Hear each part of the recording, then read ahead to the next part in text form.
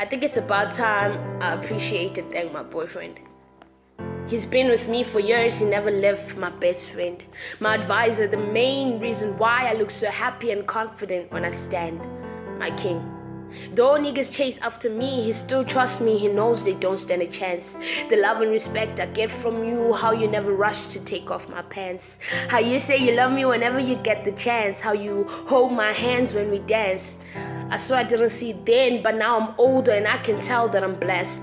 I'm in love with you, and I want to thank you for staying attached to my stupid jealous ass. I want to thank you for not leaving even when I pushed you away thinking that I knew best. I want to thank you for not letting me go when I doubted your love and fell for others who never knew how to catch. Thank you for those hugs, those forehead kisses when I'm depressed. Thank you for opening my eyes, now I see love exists. You've been in my heart, you never exit.